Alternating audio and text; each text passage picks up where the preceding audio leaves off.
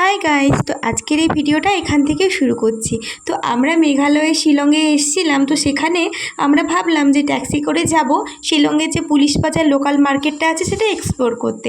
তো সেখানে বাজারে নেমেই দেখি এই ফলটা পেয়েছিলাম। এই ফলটার নাম সফে বলেছিল মনে হয়, আমার ঠিক মনে নেই। তো খুব টক খেতে ছিল।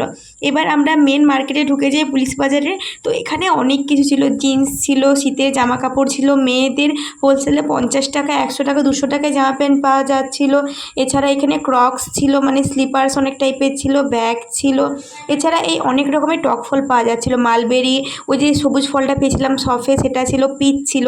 তো মালবেরি আমি ফার্স্ট টাইম ট্রাই করেছিলাম, খুব একটা বেশি ভালো লাগে না, কিন্তু মোটামুটি খাওয়ার মতো ছিল। এখানে অনেক জুতোর দোকানও ছিল, আর জামা কাপড়ের দোকান তো প্রচুর ছিল।